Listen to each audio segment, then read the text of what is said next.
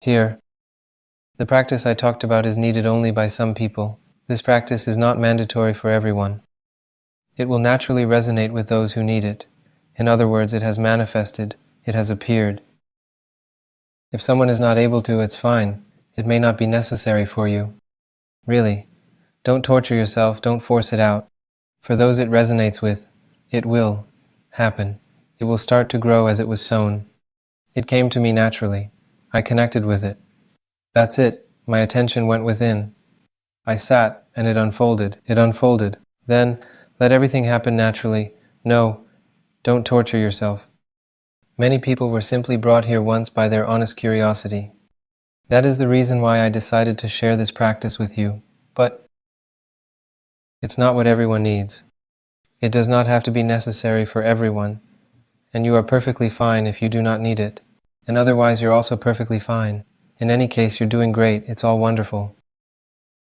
And I am saying that it does not actually require a final realization process, because the only thing in practice is that you feel, as if in direct experience, how everything is one.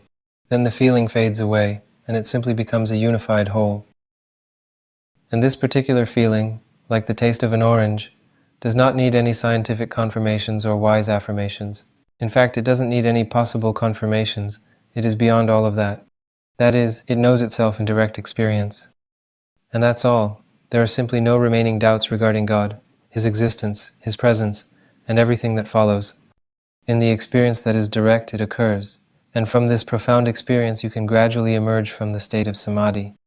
That is to say, into even deeper experiences. And you simply feel this entire subtle plane. And then, you feel how everything unfolds before you.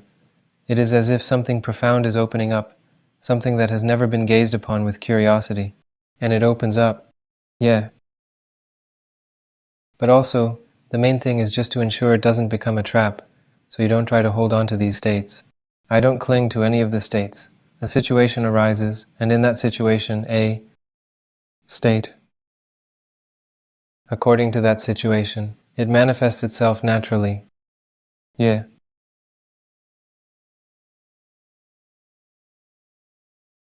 And in that state, everything is unimportant. It doesn't really matter because this state transcends all matter. Everything that happens, it transcends this. But this can't be explained. In practice, you will only understand them. It transcends. The state of being transcends any conceivable of money, any sound, any people, and any sorts of desires. It truly transcends all of this. In other words, it is so incredibly exhaustive that it completely fills everything there is. And now, we find absolute freedom from all the desires that exist on this planet, from the essence of life itself, and even from the inevitability of death. Just freedom from all of this in the very moment. This is the true nature. It's a shift to oneself, to true nature. When disidentification occurs, I dissolves, remains. Like this emptiness, it is free from any sound. And it is not opposed whatever sound resonates here. You essentially experience the experience. This thing lives consciousness, itself now on all levels.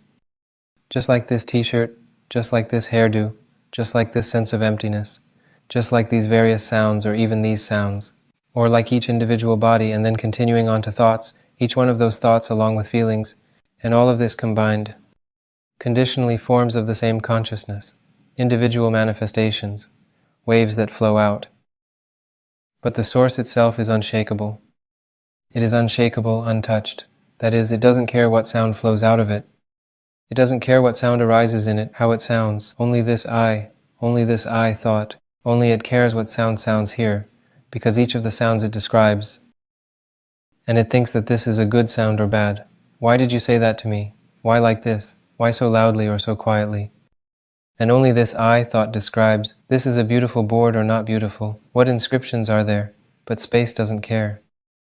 It leaves all in peace, allows all to be, so there can be any board, any person, any sound, any event, any phenomenon.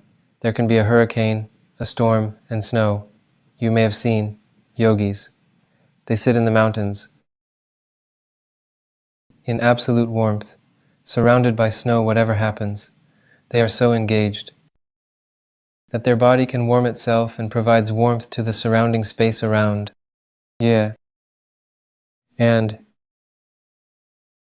I say, it is beyond everything. Whatever can happen, this thing remains simply untouched.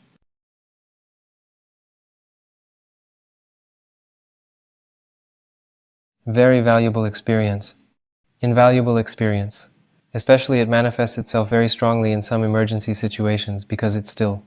It seems to have been considered that I do not decide. I do not know my next thought. To be honest, it is even conscious that I do not know my next thought. This means that I do not create them. They arise spontaneously, are realized, and depending on what thought arises, everything else happens, all movements and so on. The same for all. But this is very quickly forgotten, and a person continues to be the author, an actor, and then a situation arises when, and that's all, then you really do not make any decisions at all. An emergency situation just arose spontaneously, whatever it may be. And that's it. And it reminds that yes, that is, God reminds himself that. And what about her? That is, it just flows away, it kind of takes everything. I've said many times, it takes everything. Thoughts and feelings change. Sometimes there is practice. Sometimes it changes smoothly, as everyday life flows. And sometimes, everything is taken very fast. Well, just one moment. And everything just starts to disappear. If there is a sharp attachment to the ego, to the fact that this is my world, my body, everything is mine, it starts to happen sharply, somehow abruptly, all at once. Some situation. I remember being in an accident when I was 18. You are driving, everything is fine. You are driving. Expect to come to some city. You will see someone on the road. A tire explodes, the car starts to flip, you are thrown out. That is, something happens in the moment that was unexpected.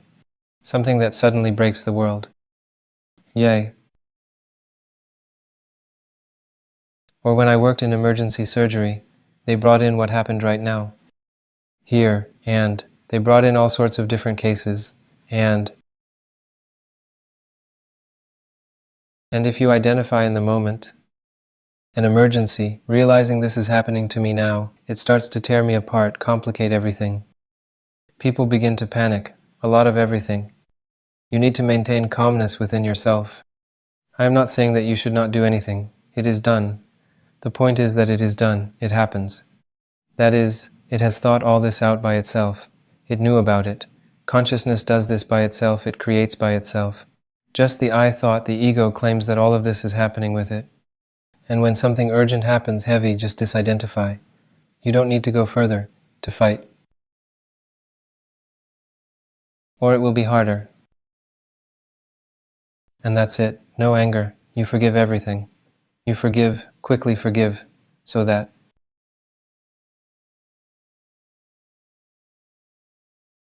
Certainly, Anar's situation and his practice and presence serve as a clear warning. This was clearly predetermined. Everything to the millimeter, every word, sound, movement. And, I say that, as soon as you consider, but if you can see that you do not know your next thought, not just to believe me, but to see that you do know your next thought, then realize what that means. Here, people often see that they do not know their next thought. They cannot realize what it means. For them, it is scary to realize what it means. They keep on believing that they're actively creating their thought in the process. That is, thought arises spontaneously. They were before, during, and after. The thought was not known what it would be. It arises, and as soon as it starts to arise, look, here is the screen. You see, here is a finger. As soon as the thought, as soon as it starts to appear, awareness happens immediately. And claiming, my thought, as soon as the thought arises, I find myself in a position where I don't know what the thought will be until the moment it arises. And when it appears, I become aware that this is a thought, and this is my thought. But no one created it. It's spontaneous. Like rain in the sky, it arises spontaneously. And now, as soon as this is seen, and then, if you can realize what that means, I will explain to you what that means. You need to realize this within yourself, each one. The fact that the thought arises spontaneously means that there is no me as such who creates this thought. It is just a spontaneous process. Speaking. It is the same. By the way, it is all one actually. You have to remember, since everything is one, what sparks such a thought? Phrases arise spontaneously. They last and dissolve. What you see arises spontaneously, lasts, and dissolves. The body spontaneously arises in space, lasts, and dissolves. It's all one. This occurs with everything. All spontaneously arises, lasts, and dissolves. And this I thought, which claims all this, simply arises spontaneously below in the moment. It all unfolds so quickly. There's this sense of predisposition, and then, in the very next moment, a thought arises. Action. And it happens so quickly that it is not visible, you cannot discern, that these are merely spontaneous events, predisposition, thought, action. Each of these, each movement, it is spontaneous. So it is very easy to see when you try to sit and not move for an hour, 2, 3 hours, 4 hours, because as long as there's a feeling that I am deciding everything, I am doing everything, it is just a feeling of self-deception. I simply deceive myself to continue being. And as soon as you sit down for about 4 hours, or perhaps 3 hours, without moving at all, you will see that you are not capable of doing it. In most cases, until you step into experiencing this moment, you're unable. From the moment and the practice of presence, it's possible. Not for long, but it's possible. Not long. Then, if even deeper, it's also possible. But as long as there is identification with the I thought, it's definitely impossible. As long as you think that you are doing it, then it's impossible. When you step into presence, there will be no I, there will be presence. And nothing difficult, that's it, you're pure being. There's no one sitting anymore, but sitting happens, and that's it, no one to move and so on. And there'll be nothing difficult, difficult only with the I thought. Why I say you won't be able to, because I specifically address the I thoughts. And I understand that it is easy to see. You really need to just sit. Who has decided all his life to do something won't be able to decide to not move for just 3 hours. Not to speak and react. He'll be torn apart. He won't be able to do it. That's it. He simply devalued it on the go. But how? He just has been engaged in self-deception all his life. He has convinced himself that he is deciding everything. And it takes care of itself in all its manifestations. And this is freedom. And this is important to consider because when something like this happens, you realize that God decided so, He needs it that way. It's neither good nor bad, and it doesn't mean it's happening to you. Something happened to me. I didn't assert, just observed. He must experience this. I just watched how he experiences this. It's as if again, I'm just trying to explain. I watched how he realizes this specific experience. It's as if I stepped into presence. And it was as if it was known what arises, what happens here. That is, I remained untouched. Of course, there was no I that remained untouched. I want to say that there was just untouchedness itself, in itself. Yeah. And within this entity there exists this body, and it is happening as we speak. And that's it, and nothing troubled me. Because in everyday life you are involved, you still move, this and that, and if something suddenly changes, maximally at peace. Don't resist. That's how it is. Those who feel that this practice is indeed interesting and so forth, I am confident that they will naturally continue to delve deeper, develop this understanding within. Yeah, the main thing is not to get stuck, but open up, it should hold itself effortlessly. I have no identification with the body. Always, I identify with my true self, conditionally. Everything is true, but I always practically exist in emptiness. But it manifests naturally, I just dwell in this.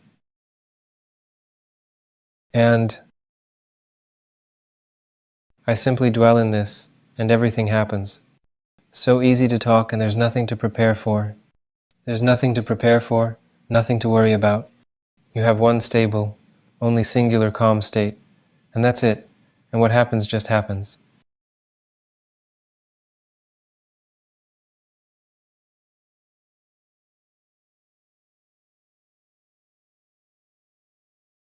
It is all like that.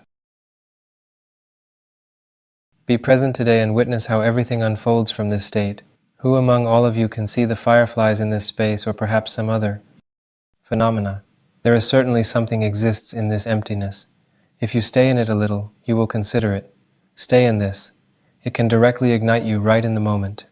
You will begin to feel a sense of warmth and similar feelings. You will realize how interconnected everything is. That is, it will be inexplicable, indescribable, but it'll know itself. And you'll find there will be no doubts left in your mind. Absolutely no doubts. It will simply be impossible to doubt the unity of everything. Yay. And give it a try to spend your whole day today focused on this. I will return to you tomorrow. Tomorrow. I need to run some errands now. Yay. I will return tomorrow. Tomorrow we will talk more about popularity. And on different aspects, I think we might also discuss spirituality. I'll try to ensure we have more time.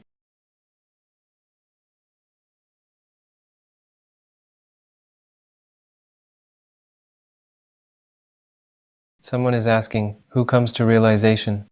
For example, you hear the knowledge, and the consciousness tries to comprehend it, but in the moment right away. It fails, then something collapses, and someone becomes aware. Who is that? There is no need to create anyone. On this path, the one who asked, the one who realized one thing or another, it has always been consciousness. It has always been consciousness. Even this separate I, the ego that is also consciousness. And it continues to hold on.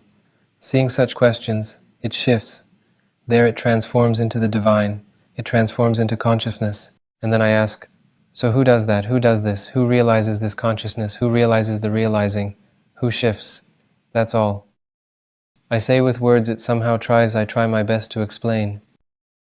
But remember, always remember in parallel, that there is only consciousness, and these are all its forms. And the more you try to cling like this, the more you confuse yourself. Who does this or that? There's no need to create someone. Do not create anyone. For what to create someone, please tell me. Simply allow it to be known within yourself. Let it be known within you that there is only consciousness. Yea, and it gradually shifts. It seeks to find itself. It realizes in them the form of objects and phenomena it has identified with the mind.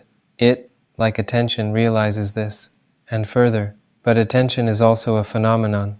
Awareness is a phenomenon of consciousness, in any case. And everything happens. This process occurs, but there is no one who does it. It is all a spontaneous phenomenon. A situation has come up. It's a spontaneous occurrence. Even my decision to sit and practice is spontaneous. In order to conditionally feel something in this situation, it is still a spontaneous phenomenon. It's constant. Don't lie. Just that. If seen once. So don't fool yourself anymore. I mean, it's like if you realize that you don't know the next thought. Make an effort to truly realize and understand this important point. What does this mean? To realize really what this means, that is, that there is no one who creates this. It arises. It happens, it just happens. And just like this, and like this, all processes occur. Every visible and invisible processes arise, simply each one exist and dissolve in consciousness. These are just spontaneous events. No reasons. There's no need to create. Otherwise, you will simply confuse yourself trying to understand things. It leads to nowhere. From nowhere, it arose and leads to nowhere. Yeah. Thank you very much, thank you. I think the recording will be... Yay. Today was the practice of presence without the present. That is, disidentify and go as far as possible into the moment. Simply spread your attention into emptiness. And if you considered some little things in it, just so, still, keep an eye on them carefully. It starts up, and deepening begins naturally. Just relax. It happens on its own. This practice occurs naturally. Yay. That's it. Thank you. In touch.